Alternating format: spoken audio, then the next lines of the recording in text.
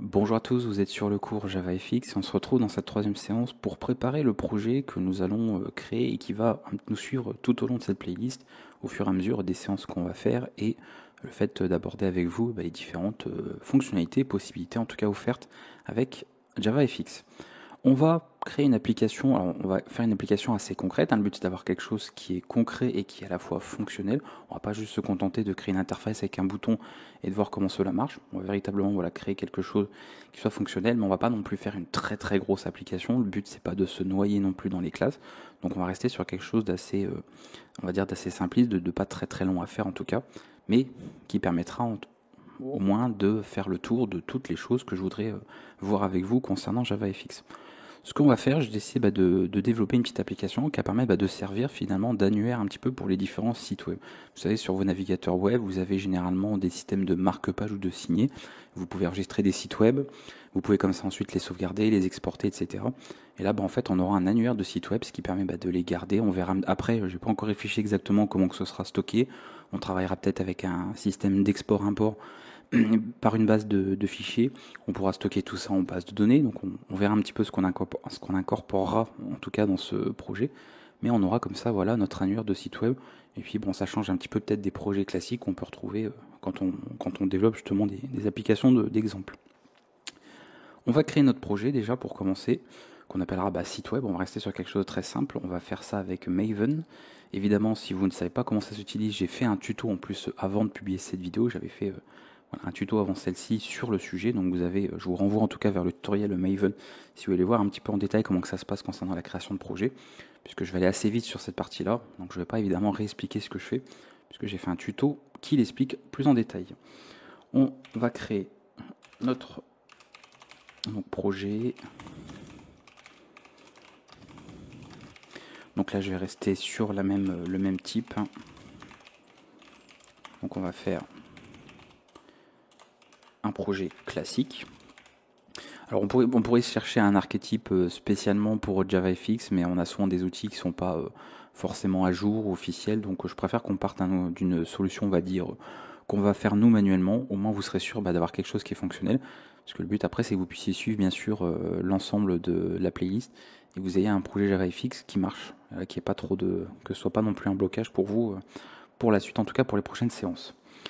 Alors on va pouvoir comme ça créer ce qu'on a. Alors ça, ce qu'on va faire pour changer un petit peu, enfin en tout cas ça c'est un choix, mais vous mettez ce que vous voulez après, ce qui servira notamment pour les espaces de nom, donc les paquets de votre application. Donc si vous voulez mettre un autre nom, vous faites ce que vous voulez. Moi je vais appeler ça comme ça. Et le projet par contre je vais l'appeler site web, comme ça tout attaché. Ce sera le nom du projet. On va mettre ça 1.0, je vais enlever le snapshot. Voilà. Et ici, est-ce que je vais utiliser ça comme valeur pour l'espace de nom? Ça on va le laisser. Et on va laisser aussi. Ok. Donc j'ai ce que je voulais, site web, on a tout ce qu'il nous faut et on va maintenant paramétrer, parce que c'est là que ça va être intéressant pour pouvoir utiliser JavaFX. L'avantage c'est qu'on va utiliser les dépendances via le système bien sûr de projet de Maven. Donc même si vous n'aviez pas forcément installé d'ailleurs JavaFX, vous auriez pu en fait rendre tout ça fonctionnel grâce à l'utilisation de Maven. Après, encore une fois, moi je fais comme ça pour le cours. Si vous voulez procéder manuellement ou passer par un environnement de développement, ce que vous voulez, c'est toujours pareil en fait. Du moment qu'à la fin vous avez votre projet qui est fonctionnel, encore une fois, vous avez le droit d'adapter, vous faites comme vous voulez. Après, si vous êtes en train de vraiment d'apprendre, bon évidemment, l'idéal en premier, c'est de suivre un petit peu ce qui est fait dans les cours, dans les tutos. Et après, par la suite, effectivement, vous permettre d'adapter, de changer les choses et de faire autrement. Une fois que vous savez comment faire en tout cas. On va passer donc ici. Excusez-moi, ça prend comme ça. Alors, on va aller là. Je vais changer un petit peu. Si je commence à éternuer sur la vidéo, ça va pas être pratique. Ah, je vais agrandir par contre, parce que là, on voit rien. Voilà. Donc ça, ce sont les dépendances. Et ça, c'est ce qui va servir pour les informations du projet en lui-même. Donc on va comme ça faire quelques petites adaptations, on va dire, pour le reste. Alors, au niveau des dépendances, parce que bon, JUnit, ça ne nous intéresse pas particulièrement ici. Mais ce qui va nous intéresser en revanche, on va ajouter certaines choses. Donc là pareil, comme toujours, je le dis pas systématiquement à chaque vidéo de la chaîne, mais je devrais pourtant le faire parce qu'il y a des gens qui du coup me reposent souvent la question. Vous n'êtes pas forcément obligé de vous adapter ou de prendre exactement les numéros de version de ce qui peuvent être utilisés dans les vidéos, que ce soit cette vidéo d'ailleurs ou une autre. C'est-à-dire tant que vous avez un outil qui permet d'utiliser les mêmes fonctionnalités, il n'y a pas de problème. Certains cas pas, si vous voulez, de cassure de compatibilité ou des outils qui d'un coup ne viennent à plus fonctionner parce que vous êtes sur des versions plus récentes. Voilà. Donc là, moi, par exemple, je vais utiliser la version qui sera la plus récente au moment où je fais cette vidéo. Si vous, d'ici là, vous avez des dépendances qui sont dans des versions ultérieures, n'hésitez pas à vous en servir, sauf si vraiment, bon, on vous indique que ces versions-là, eh bien, ne seraient pas fonctionnelles avec certaines choses que je pourrais vous montrer éventuellement dans les prochaines vidéos. Donc n'ayez jamais peur de tester les outils plus récents. Et si vous voyez, je sais pas moi, cette vidéo dans 10 ans, n'utilisez pas la version que j'avais utilisée il y a 10 ans, d'accord? Sinon vous serez sur quelque chose d'obsolète. Et c'est pas forcément des plus, on va dire, idéales. Le plus idéal. Donc groupe ID, on va récupérer, alors OpenJFX, je pense qu'on va le prendre comme ça. Donc ça c'est généralement la partie classique.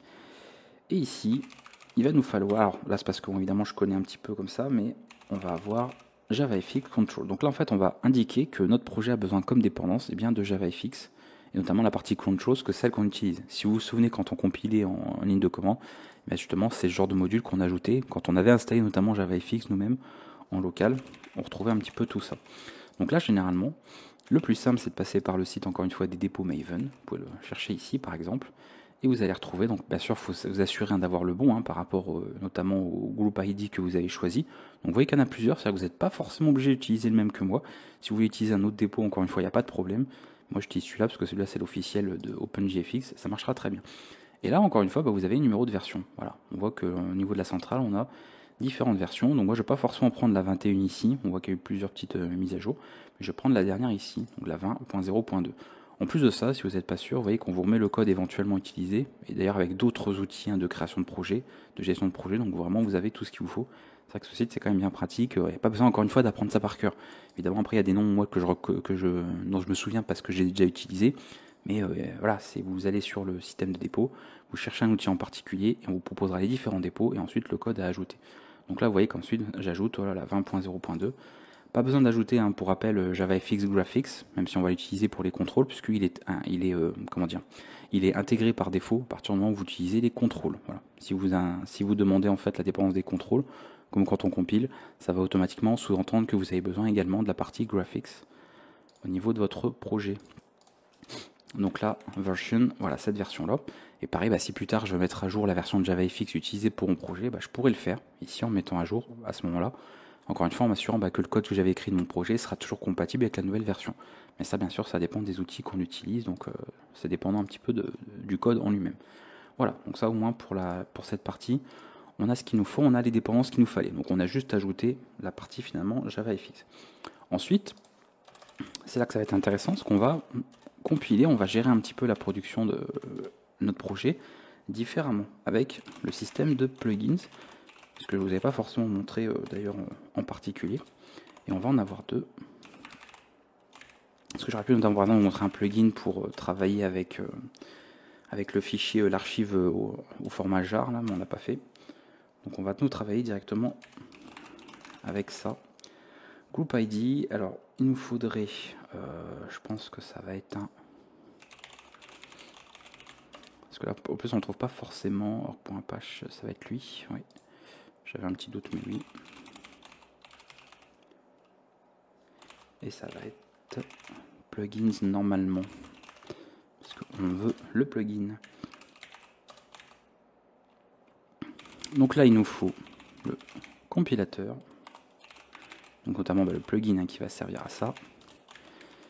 Donc vous allez voir l'intérêt d'ajouter ça. Ça va être très pratique pour la compilation et surtout l'exécution. C'est-à-dire qu'on va pouvoir directement exécuter ensuite via une commande spécifique.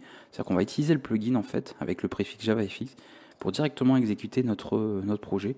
Et comme ça, ça va être bien pratique. On n'aura pas besoin de s'embêter encore une fois en ligne de commande à faire tout ça. Et la version, pareil, je vais aller voir parce que pareil, ça a pu changer peut-être entre temps. Donc on va aller voir la version actuelle. Maven Compiler, il est ici, c'est bien lui. Et on va avoir la 3.11.0.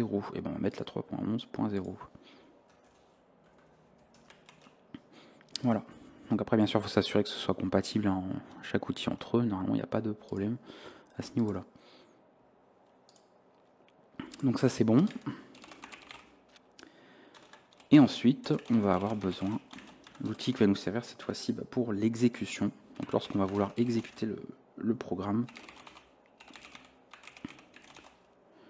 group ID, on va remettre la même chose ici. Alors, il nous faut JavaFX, le plugin Maven. Là, c'est la version 0.0.8. Et ce qui va être intéressant ici, c'est la configuration. C'est-à-dire que pareil, on n'aura pas besoin de préciser quelle est la classe de démarrage de notre programme.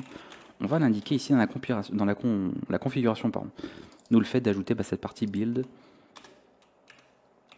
main class, et ici, eh bien, moi, ça va être, alors, ça correspond par rapport à ce que j'ai créé, comment j'ai créé le projet. Donc en gros, vous voyez qu'ici src, main, Java, et après, voilà, YouTube, formation vidéo. Et si on va dans le code source qui a été généré, voilà, c'est cette chose-là. Donc je vais reprendre ça. Et c'est, alors lui il m'a généré, non c'est app, on va garder app. Voilà, et ce sera très bien. Main class, voilà. Donc on a tout ce qu'il nous faut. Les dépendances, tout est géré. On a ça pour la compilation, on a ça notamment pour l'exécution, donc on va voir tout ce qu'il nous faut. Ici, bon, comme j'ai créé un projet par défaut Java et pas un projet JavaFX, on va bien sûr devoir adapter ça très rapidement. Donc là, je vais avoir... on va utiliser, bon pour le moment on va pas écrire beaucoup de code, donc on va reprendre le code classique, application. Voilà, on n'a encore rien vu de plus de toute manière pour le moment. Et application, ok.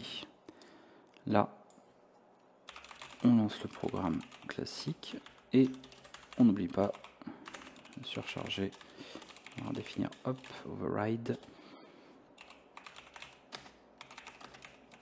Start, on va passer évidemment notre stage. Voilà, et ici on va juste l'afficher, tout simplement.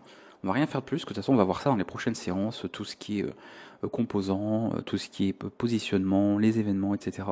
On va tout voir quand même pas mal dans le détail et après utiliser ce qui nous intéresse par rapport à l'application qu'on va vouloir faire, dont je vais vous parlais, une sorte d'annuaire de site web. Voilà, la description de la configuration de notre projet est normalement ici complète par rapport à ce qu'on veut. Le code source minimal. L'avantage, comme je vous ai dit, après ici, c'est qu'on va pouvoir notamment créer toute l'arborescence de notre projet. On va par exemple se servir d'un patron d'architecture, donc travailler notamment avec des modèles, des vues et des vues modèles. Donc on va pouvoir comme ça organiser ça dans des sous-dossiers sans problème. Et ça marchera. On n'aura pas besoin, encore une fois, dans le terminal, d'adapter un petit peu les commandes qu'on utilisera, puisqu'on va faire exactement ce que je vais vous montrer ici pour terminer cette petite séance. C'est-à-dire que vous placez dans le dossier de votre projet, donc je rappelle, on est ici au niveau du fichier pom.xml, okay. Et ici, classique, ce qu'on a déjà vu, alors non pas ça, nvn, on va pas faire un package, puisqu'en fait on ne veut pas créer ici d'archives, on n'en veut pas, on veut juste compiler. Donc on s'arrête à cette phase, rappelez-vous les phases qu'on avait vues dans le tutoriel sur Maven. On s'arrête juste à cette phase de compilation, c'est juste ce que l'on veut par rapport à ça. Alors visiblement j'ai une erreur, est-ce que j'ai fait une erreur quelque part?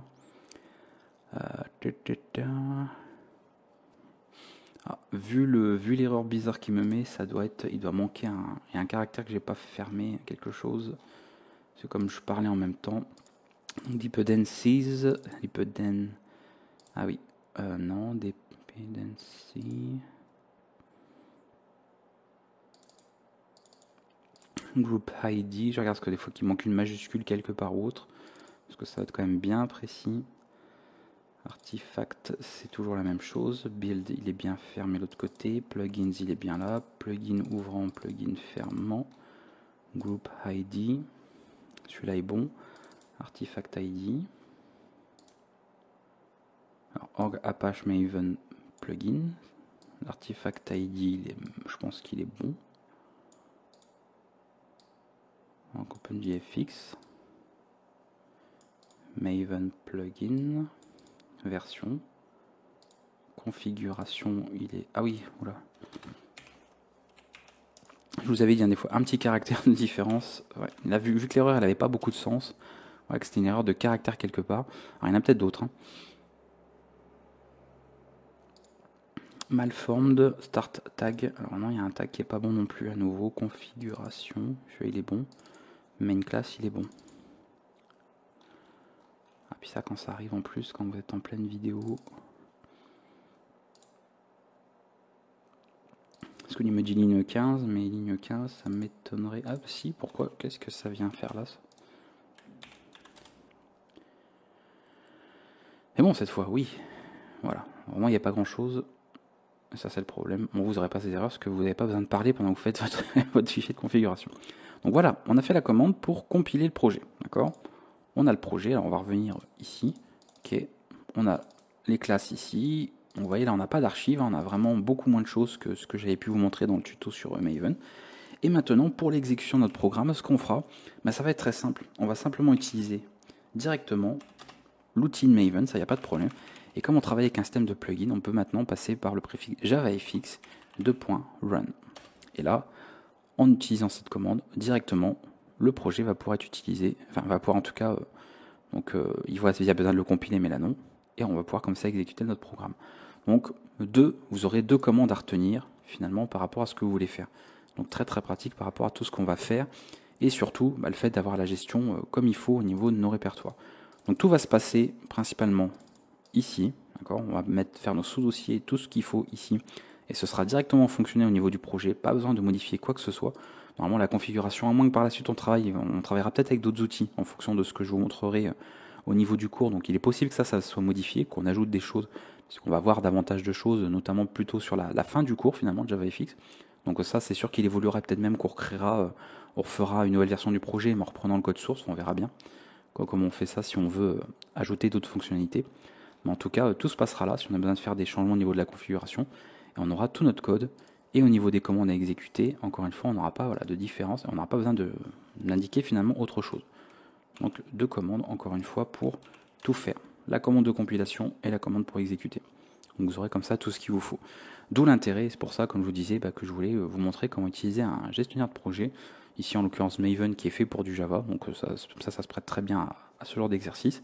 Et au moins, on a tout ce qu'il faut pour notre application qui est maintenant. Donc le projet est prêt pour la suite, pour ce que nous verrons évidemment dans les prochaines séances.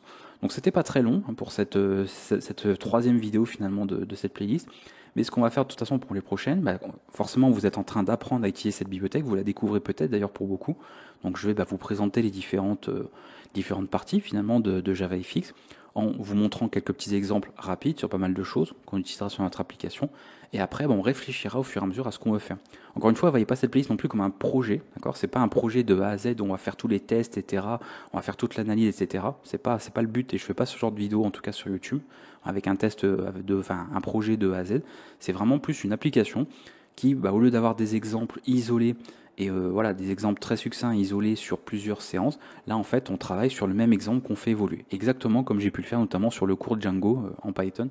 C'est exactement pareil, donc on n'a pas quelque chose qui est fait de A à Z, mais on a en tout cas un exemple concret et surtout qui est fonctionnel, qui est cohérent avec toutes les choses qu'on a pu voir au fur et à mesure du cours.